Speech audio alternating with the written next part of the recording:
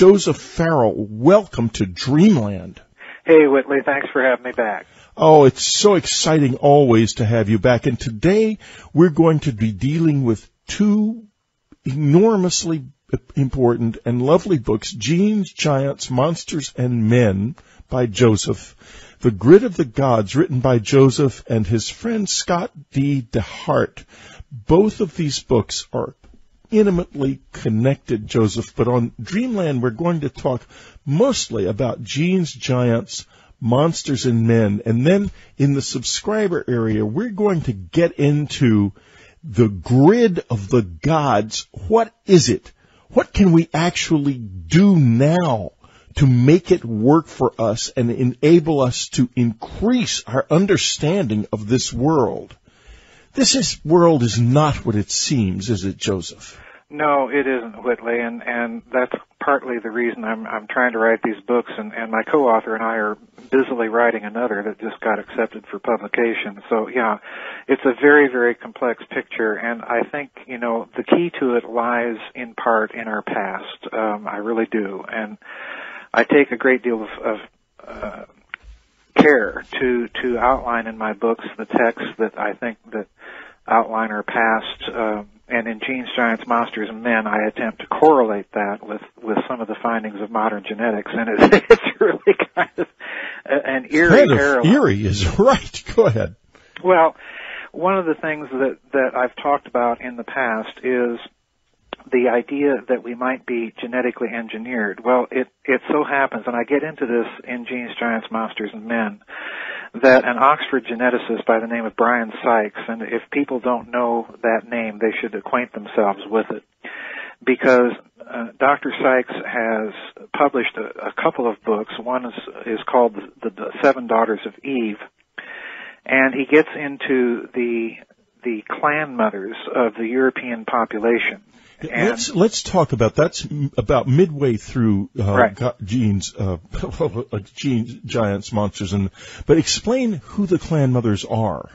Well, the clan mothers are the mitochondrial groupings, mitochondrial DNA haplogroups that divide the European population roughly into 7 clans. The Europeans come from apparently 7 clan mothers, and ultimately, of course, all human beings come from a common mother, at least as far as modern genetics is concerned.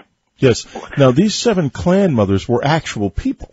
Oh, yes, absolutely, absolutely. There's a fair amount of evidence that all Europeans are descended from basically only 7 women. And this I find very interesting because I correlate the data that we come from a common mother to ancient texts and to the fact that you have these 7 clan mothers in Europe, and apparently if you correlate that to the ancient texts, the texts make it clear that we come from one donor father that is, so to speak, the Anunnaki or the gods, or I like to simply call them the genetic cousins, and 14 human females. If you trace Dr. Sykes' work, there is an interesting correlation because there apparently in genetics is the idea that we come from approximately 13, and in the text it's 14 clan mothers. So, Interesting. Now, this father, who exactly was this? Was this also a single individual? Well, in the text, yes, it is. It's very interesting. I don't get into this aspect of it in Genes, Giants, Monsters, and Men, but the texts indicate that the male was the donor as far as the texts were concerned from the so-called gods, and then the human part of modern humanity came from some sort of donor mothers. And I find that very, very interesting, particularly with regard to the fact that apparently all the races of humanity, with the exception of Africans, have some strong admixture of Neanderthal DNA. This is something that genetics has just come out with recently. So, I think our origins, Whitley, are going to be increasingly scrutinized by geneticists. And what bothers me, and I set out to write Genes, Giants, Monsters, and Men with the idea that perhaps the Genome Project was looking for confirmation of this ancient scenario. And I found a certain amount of correlation between the two, but wasn't able to find any hard and fast evidence that this was indeed the case. But I think the case that I outlined there is at least circumstantially suggestive that, that this may be what they're looking for. Yeah, or, you have to wonder if they find something they don't want to find and don't want to see, what then happens? Well, I think, Whitley, that's really the important question here. If they found proof of that, or if they found at least enough evidence to suggest the possibility of it, would they release it? And my guess is, at the moment, they probably wouldn't, because I think that's all tied into, the subject of extraterrestrials, UFOs, and disclosure. And thus far, governments, as you well know, have proven to be less than forthcoming. Yeah, and you have to wonder why it is that these things that apparently happened in the deep, deep past, in what in the book in Genes, Giants, Monsters, and Men you refer to as the wall of silence, right, between the megalithic age and the earliest civilization, and we'll get into that a little bit more in a moment. But, if it is no longer relevant, if it's now all part of the past, why is the research so difficult to do, and why is so much apparently being hidden? Well, that's the other thing I ran into, Whitley, and that, again, I think that's tied into this whole question as to whether or not they are really looking for these things. My gut tells me that they probably are.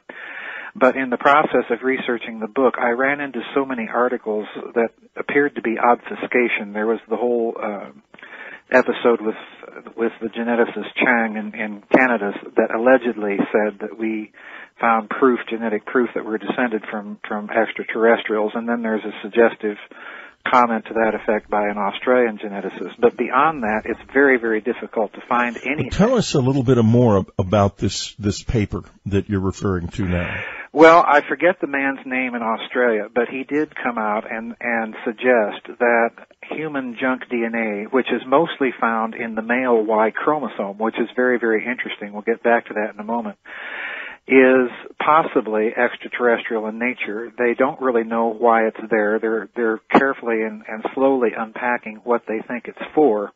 But this junk DNA does not appear to come from anywhere normal. In other words, the current evolutionary suggestion is it simply jumped species from animals and so on, rodents particularly, into humanity. But the Australian geneticist came out and said that it's possible that this may be some sort of marker of extraterrestrial origins. Well, if that's the case, I find that very interesting, Whitley, because, again, that would correlate to the ancient texts from Mesopotamia, which state that the God part, or as I like to call them, the genetic cousins, came from the male donor. And it's precisely in the Y chromosome of the male that you find most of this junk DNA. And they're being rather cautious about talking about the paternity of the human species, because that can only be traced through males, through the Y chromosome, whereas our maternity can be traced through mitochondrial DNA, which all of us carry. Early on in the show, you mentioned the 7 women who, at various times over a long period of megalithic history, were impregnated. Right. Now, we just touched on who impregnated them, but aren't there legends that I believe it was the Anunnaki who forcibly impregnated human women? Well, yes, that's one component of this story. In the Mesopotamian text, it's very clear that one male donor was responsible for contributing the so-called divine part to the creation of the human species. What I find very interesting, Whitley, is that I mentioned in Genes, Giants, Monsters, and Men, you find similar legends from Mesoamerica of giants that fought humanity. And the strong suggestion is made, just as it is in the biblical text, that they were also involved in sexual practices that for some reason were offensive to the gods. All right. Let me stop us here. Mm-hmm. I think sexual practices that were offensive to the gods is an excellent place to pause. Sure. Take a breath. We'll be right back. Okay. This is Whitley Strieber. We're talking to Joseph Farrell, one of Dreamland's all-time most popular guests, and you can certainly hear why listening to this interview today. His books, Genes, Giants, Monsters, and Men. And for subscribers, we're going to be talking about the grid of the gods, the aftermath of the cosmic war, and the physics of the pyramid peoples. What are these mysterious pyramids that are all over the earth? Why are they placed where they are? And what can we do to empower ourselves in relation to the energies that are present still from a lost science in this enormous lost scientific instrument on earth? Can we turn it on again? Now, before we left the air, we were talking about the strange sexual practices and a sense of some kind of violent and perverse thing that was going on in the distant past that perhaps involved the genetic evolution and changes to the human species. Joseph, I don't know quite what exactly to ask you except to just continue where we were. Well, the oddest thing, Whitley, that I find in dealing with all of these problems is you find the odd presence within Mesoamerican literature of the notion that humanity is somehow genetically engineered. I mean, this is very clear from the various texts. And you find Can you give us an example? Yeah, you have things like the Lugal-A, the Atrahasis epic, and other texts that I discuss in the Cosmic War, where it's very clear that you had some genetic cousin of the human species coming to this planet and engineering humanity by a mixture with themselves. In other words, modern humanity, from the standpoint of the ancient texts, is kind of a hybrid creature. What interested me in researching Genes, Giants, Monsters, and Men was when you go to Mesoamerica, you find the exact same notion. You have the idea of the interference of some species with humanity, and it's in the process of doing that, it is displeasing the gods, and so the gods wipe out this species, which in the Mesoamerican case and in the North American Indians' case are a bunch of giants. So you have all of this presence. Who would the gods be in that case? Well, in Mesoamerica's case, it's going to be things, Kukulkan, Quetzalcoatl, and the other tribal gods. In the case of Mesopotamia, it's going to be, the typical Mesopotamian pantheon, Marduk, and so on and so forth. But you have the same notion present. And what's really interesting to me is, again, you have this idea that the divine side is coming from the male and the human side is coming from these female donors. And again, the numbers, what struck me most interestingly is apparently from the text they selected, the Mesopotamian text, they selected, I think it was 13, if my memory serves me correctly, 13 human donor mothers. Yes, that's right. It was 13. And in the case of modern genetic research, it appears that ultimately there were 14 original clan mothers to all of humanity after the original mitochondrial Eve, which I think is very, very interesting. It's almost too close for comfort. It is, because the old texts are talking about a number that's extremely close to the actual number. Yes, exactly. So, I think again we're looking at the possibilities. Let me just stop a minute. Sure. and explain, folks, exactly what this means. What this means is this: the old Mesopotamian texts are saying that these beings, these giants, chose 13 women to cohabitate with. And out of these women came the human species. Modern genetic science is telling us there were 14 such women, and that correspondence, those two numbers are too close, as Joseph says, for comfort. It really suggests there may be something in this, as impossible as it may seem, but that impossibility is only because of what we've been taught. But go ahead now, Joseph. I just wanted to clarify that for our listeners. Well, it's that possibility precisely, Whitley, that makes me suspect that at least at some levels of the Genome Project, there may be people involved trying to look for the genetic confirmation of some of these ancient texts, and that's why I mentioned that geneticist from Australia, and I wish to goodness I could remember what his name was.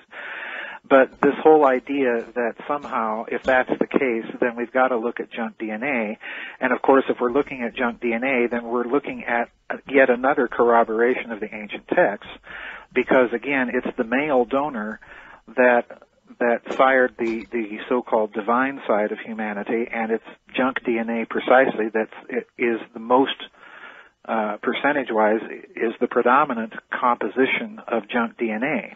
In other words, in the Y chromosome that the male carries. So in other words, I think the possibility is strong, although there's no evidence of this as yet, that this is what the Genome Project was in part set up to look for. Well, Professor Sam Chang of the Human Genome Project said that he speculated that perhaps junk DNA was created by some kind of extraterrestrial programmer. Right.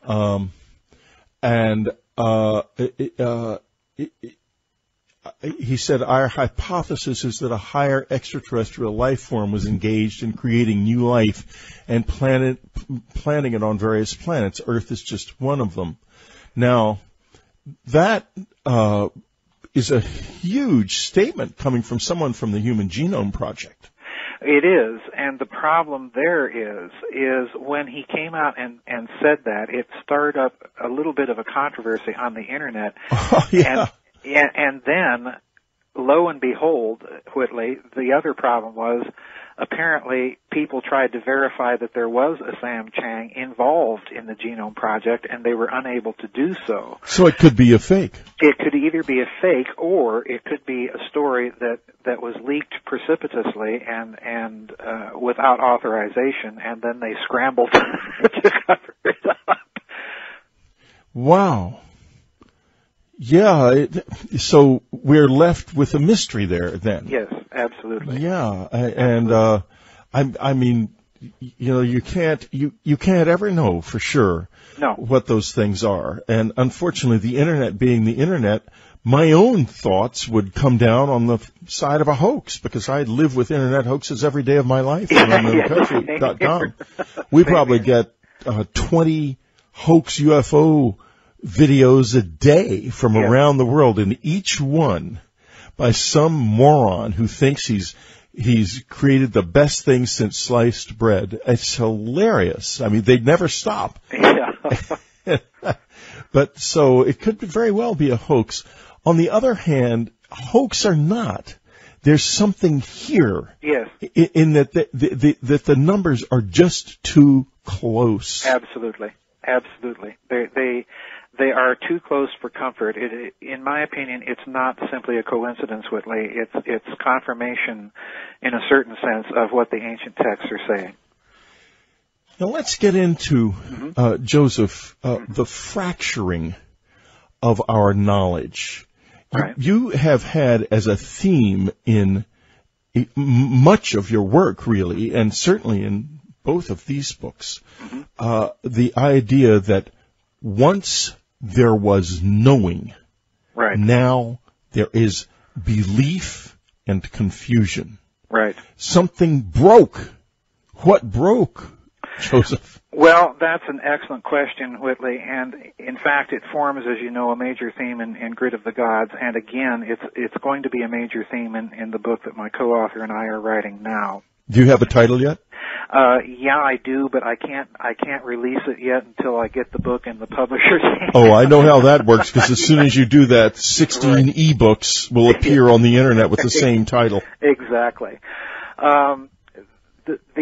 what you're referring to is what I like to call the Tower of Babel moment of history, and actually I borrow that phrase from, believe it or not, Leonard Bernstein in a series of lectures that he gave at Harvard University back in 1973. But I think what we are looking at, if you look at all the lore and legend from around the world, there is this idea that at some point humanity's unity was fractured deliberately because it was a threat to God or the gods in some form or fashion. And the way that various legends and traditions from around the world deal with this is very interesting. Of course, in the biblical version, you have the scrambling or the confounding of human language and the creation of several languages so that you split humanity's communication up and fragment his knowledge thereby. In the case of the Mayans, you have the fragmentation of mankind sexually from a kind of a primordial androgyny. This whole idea, in other words, is that humanity was fractured at some very, very basic level, and that in turn led to a fragmentation of knowledge. And I think in response to that, I think that you had ancient societies setting up, and I deal with this quite a bit in Grid of the Gods, but to some extent also in Genes, Giants, Monsters, and Men. I think in response to this, you had somebody attempting to set up or preserve that fragmented knowledge in the form of kind of hidden elites, which in ancient times would manifest themselves in the mystery schools and the various priesthoods that perpetuated human knowledge. So I think we're dealing with something very, very profound that's intimately related to various legends of what I call the Tower of Babel moment of history or the fall of man, what have you. The fall of man, and here we are. The ship of human society is in stormy waters, and we're terribly, terribly confused. Yes. When we get back, we're going to begin to explore some of the incredibly fascinating actual physical evidence of this being quite, quite real. We'll be right back. We're back with Joseph Farrell. His books, Genes, Giants, Monsters, and Men, and the Grid of the Gods. His website, GizaDeathStar.com. That's GizaDeathStar.com. You can go there. You can find out more about this fascinating man's fascinating work. Joseph, by the way, is a scholar whose credentials include a Doctor of Philosophy from the University of Oxford in England, no less.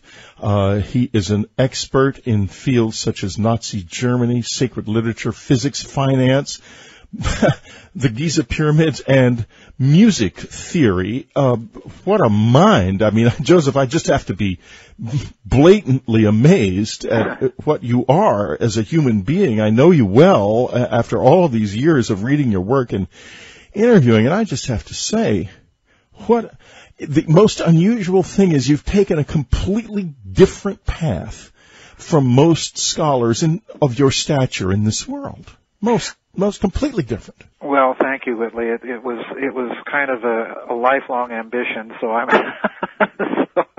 and I kind of got fed up with academic paradigms because it was very clear to me that they simply weren't addressing some of these issues.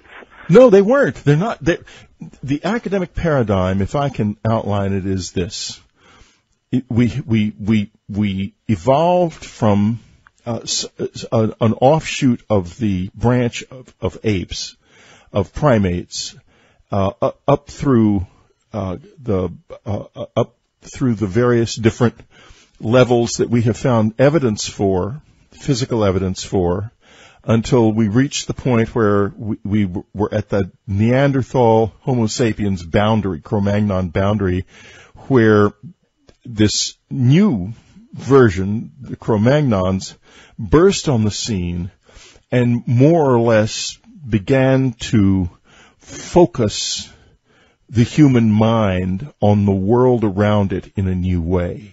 Right. Now, there's something missing from this picture, I believe. And let's talk about some of the physical evidence, the giants and so forth, that form such a fascinating, wonderful part of Gene's Giants, Monsters, and Men. Well, some of the physical evidence, I actually begin the book with what to me is probably the most unusual bit of physical evidence, and that is the depiction of a chimerical creature on the Ishtar Gate of Babylon that was unearthed by a German archaeologist by the name of Professor Robert Koldewey. And this creature is called the Sirish in Babylonian literature. But it's just bizarre. There's no other word for it. It's just bizarre. It has a kind of like a scorpion-like tail. It has hind feet like a bird, front feet like some sort of feline. It's either got a scaled or feathered body.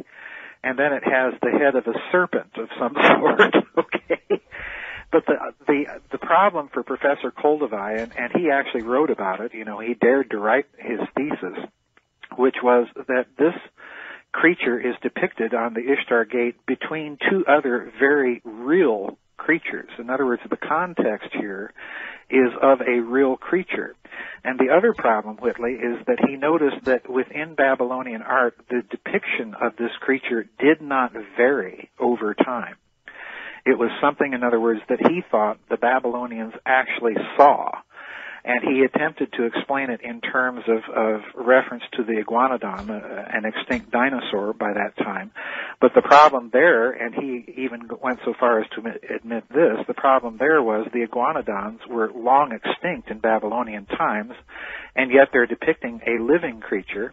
And on top of this, there's no known fossils of iguanodons in Mesopotamia at the time. So he finally came to the conclusion that this was a real creature, a living creature, that the Babylonian priests actually had kept around and fed for a while, and he even couples it to the monster in the apocryphal book of Daniel, Bel, and the Dragon as being possibly the basis for that.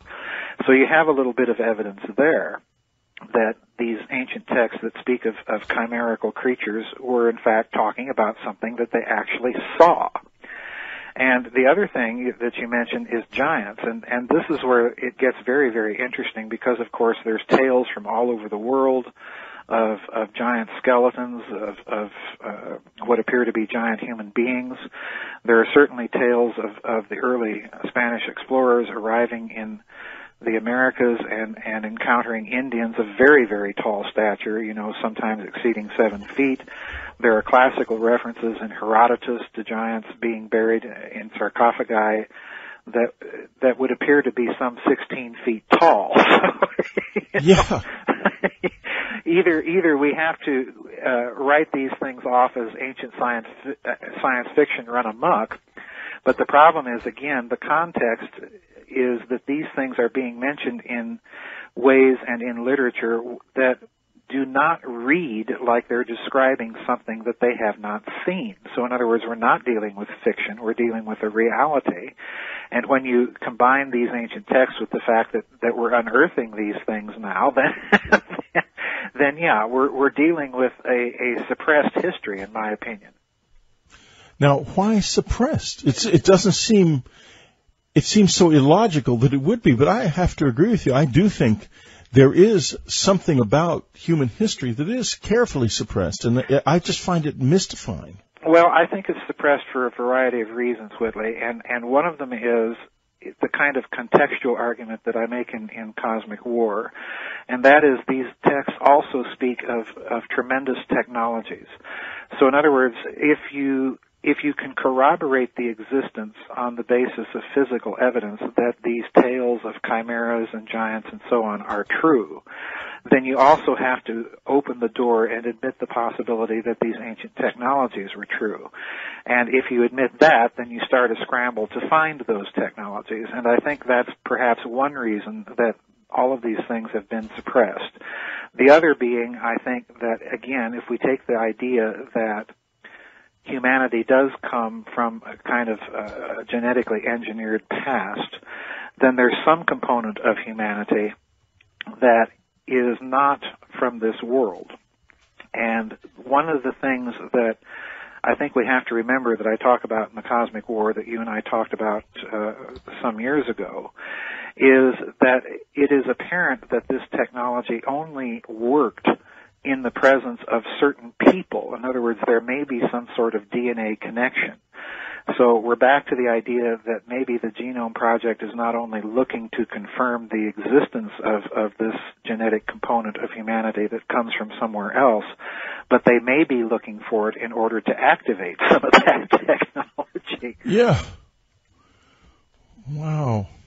To activate it, and there's been rumors that that was part of why we went into Iraq. Yes, and I'm one of those that believes that may have been one of the very, very hidden agendas. There's just too much, in my opinion, Whitley, there's too much suspicion surrounding the whole Baghdad Museum looting. I mean, my word. There were I think somewhere between 80 to 100,000 cuneiform tablets that were looted from that museum that have never been returned. And really no one knows where they went.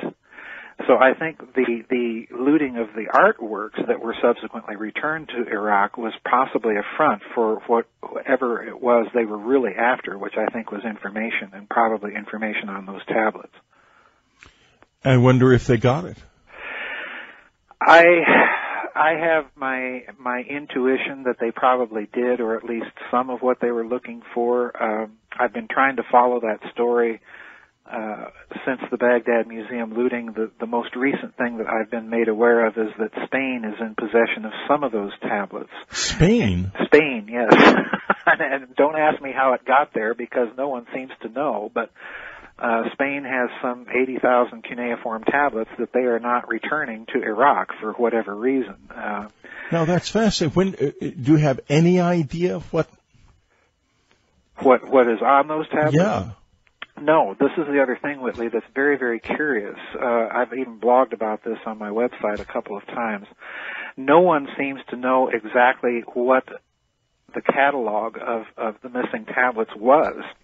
And I find that very interesting because, of course, pardon me, the field catalogs that were being maintained of those digs around Iraq for Saddam Hussein were being maintained by the Germans, who had a great number of archaeologists working for Hussein digging some of these things up. Well, the field catalogs were being kept by the Germans. And try as I might, I cannot find any information on what those catalogs contained. So in other words, we're left completely and totally in the dark as to what those cuneiform tablets may have comprised. How extraordinary. And yes, it is. Yeah, it's really a little bit frightening. Yes, because you have to wonder, who in Spain, of all places, it seems like a country that is long since, I could understand England or Russia or China, certainly, right. The United States, obviously. But Spain is in a way more chilling because of the fact that if there is a single country in the world where ancient secret societies still thrive. Oh yes, Spain. Spain, absolutely. And, not only ancient secret societies, but Spain was also a locus, particularly during the Franco years, was also a locus for what I've been calling the Nazi international activity. Yes. Otto Skorzeny had his headquarters right there in Madrid. Right there in Madrid. Otto Skorzeny, one of the post World War II, the Skorzeny group remained a very active Nazi group. Okay, we've come to the end of this segment. Fortunately, not to the end of Dreamland. We're going to get just right back here after a couple of ads. We'll be right back. We're back with Joseph Farrell, his website, GizaDeathStar.com. That's GizaDeathStar.com. His new books, Genes, Giants, Monsters, and Men, a hair-raiser and an even more hair-raising book, The Grid of the Gods. We're going to be talking in the subscriber section not only about what is going on and what has happened in the past, but how to make use of this energy now, because it's still here. The ancient machinery was built in stone so it would last. And now, when we need it, a very few of us are going to get to use it. Wow. Joseph, before we left the air, we were beginning to talk about a Nazi connection, and you brush on in Genes, Giants, Monsters, and Men, the number 33, and you say maybe it was just a coincidence, the relationship between the number 33, the 33 degrees of Masonry, but I wondered when I read that, could you elaborate a little bit about on that, and then we're going to get more deeply into the Nazi connection here. Well, 33 is, of course, a number that is sacred, more or less, to Scottish Rite Masonry, the 33rd degree being, of course, the final degree, which is by invitation only, but it's also the number of vertebrae in the spine and so on and so forth. It plays a significant role in sacred geometry. So I'm guessing here, Whitley, that 33 is one of those dot connectors with the world grid, because again, 33 plays a certain role in some of the hyperdimensional physics models that I talk about in Grid of the Gods and so on and so forth. If that's what you're getting at. Yeah, that is what I'm getting at, exactly. Now, the reason I bring it up is that, of course, in my own personal experience, one of my biggest, closest, most open close encounters came when the visitors emitted 9 knocks onto the roof of the house I lived in, 3 groups of 3. And that number 3, and that also is when a candidate for the 33rd degree of Masonry enters the inner sanctum, he knocks 9 times in 3 groups of 3. Right. And so and the number 3, the triad, the visitors come in groups of 3, right. And in my book, The Greys, that's really explained. I mean, it's supposedly a book of fiction, but like all my fiction, that's just supposedly. So it's an integral part of my own life experience as well. Now, it has to do also with the energies of the origins of man and what happened to us, and what would happen if somebody like the Nazis, who are still very much of a living part of human culture, don't ever not believe that. I mean, in new generations now, right. Got a hold of this power. Tell us, Joseph. Oh dear, that's a frightening prospect, and I even get into the fact that in Grid of the Gods in the 2nd chapter that the Nazis apparently did build many of their installations on ley lines, on grid points. Even Hitler's headquarters in East Prussia, in Rostenburg, East Prussia, was built on the intersection of 2 ley lines. So apparently they were cognizant to some extent. We don't know to what extent, because most of that research is either so unavailable or still classified that it's very, very hard to pinpoint what they were up to. But they were up to something. They placed many of their transmitters, their Tesla-like transmitters, on some of these grid points and so on and so forth. I shudder to think, Whitley, if they did get their hands on that kind of knowledge, or were attempting to utilize it, it's bad enough that they're doing things like the bell.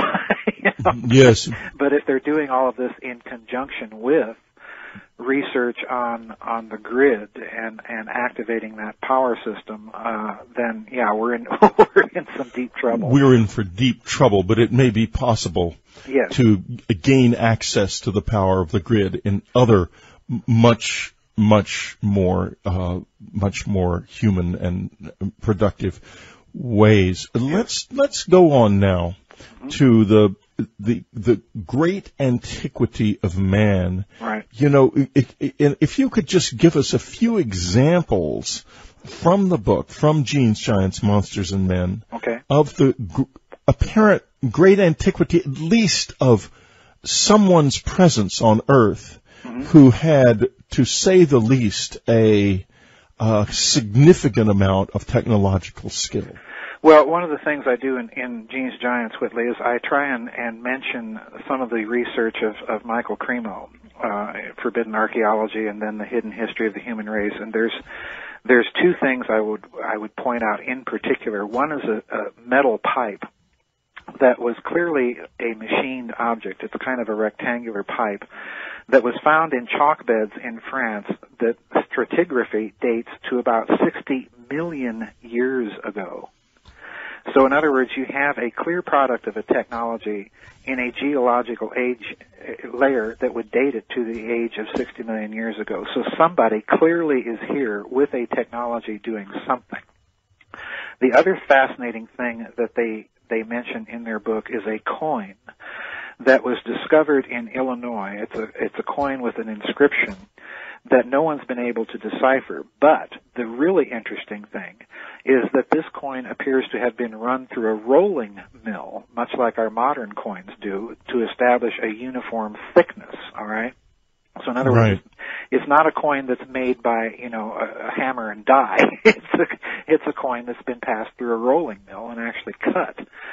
And the interesting thing about the age of the coin, Whitley, is it's about 240,000 years old if you date it from the stratigraphy that it was found in. And that's an interesting date in itself, because that is the date that you find if you read the Mesopotamian kings lists, that you find the so-called Anunnaki arriving on planet Earth. It's about 240 to 250,000 years ago. So you find all of these very, very odd archaeological corroborations between actual known physical objects and ancient texts. And again, modern academics, we talked in the previous section about the academic paradigm. Well, the academic paradigm isn't even looking at these things. It's not even trying to look seriously at the text and find out if they're true. Exactly. But why not? Well, again, I think that they're, to a certain extent, they are just simply blind to it, and to a certain extent, I think they're trying to cover up something as well. Again, the idea that humanity is of great antiquity and that somebody was here with a technology, and the technology was at least as sophisticated as our own. At least, but I think more. Oh, I do too. Much more. And the reason I think more is because of this excellent comment you made that they had knowing, not belief, not speculation. They knew for certain something about this,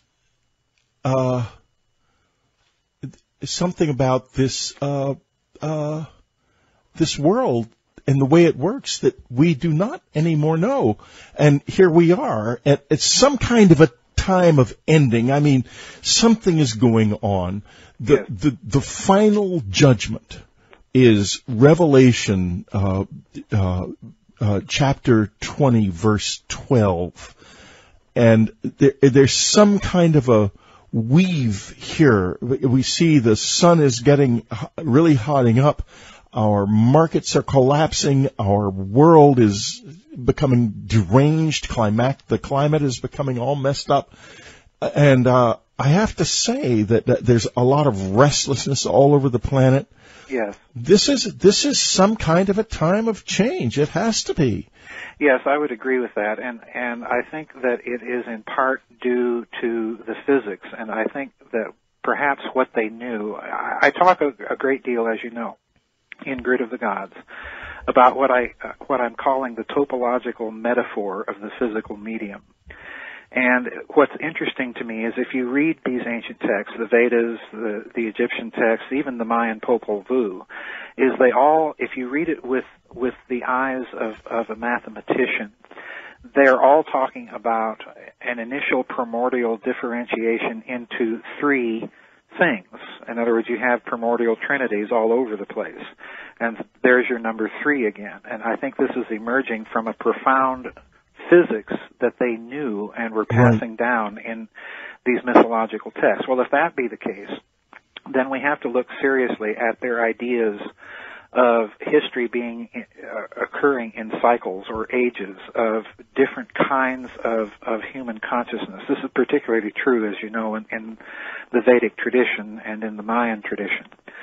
I think we're dealing with a consciousness that is reflective of and interfaced with the physical medium. And that in turn leads me to speculate in Grid of the Gods that perhaps one reason they constructed this vast global machine, and that effectively is what the grid of the gods is. Yes. I think one of the reasons that they constructed this vast global machine was precisely somehow, although we don't know exactly how, was both to manipulate the physical medium and in turn manipulate human consciousness.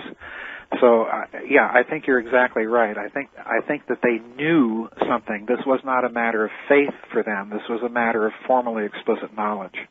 We're going to find out in the subscriber area who were they and what did they know. And I'm going to end Dreamland and begin the next conversation with this quote. These monuments, capacitors to the ley lines, are multi-purpose and they function on many levels. That's a note from Carl P. Monk from his book, Whispers from Time, the Pyramid Bible, quoted in Joseph's book, The Grid of the Gods. Now, we come to the end of Dreamland together, and we're going to go on more deeply for those who are really committed to learning something about this in the subscriber area in order to find out what we can do to make this grid work for us and come alive for us right now. Thank you very much for listening to Dreamland. The reason I've reserved the actionable part of this for the subscriber section is that our subscribers are people who have paid for something. They have said to themselves, this is so important to me. I know things are changing, and I know that I want to do something about it in my own life, and I am willing to pay for that privilege. When I was in the Gurdjieff Foundation, I learned that when we're willing to pay for something the way we've lived in our society, it's more important to us. We are suddenly no longer passive about it. We are active, committed, and that's what it's about. So that's why the actionable part of it, how to use this grid, is going to be there, because I know that the people there who go there will listen, they will take notes, and in the end, they will go and do what they need to do for their souls, because this is where we are right now. It's becoming extremely clear we definitely do need to take action on our own behalf. In any case, this has been Dreamland. I hope it has been a rich, satisfying Dreamland experience for all of you. I know it has for me, and it was for Joseph Farrell. I thank you for being listeners to Dreamland and for taking it at least this far in your own life.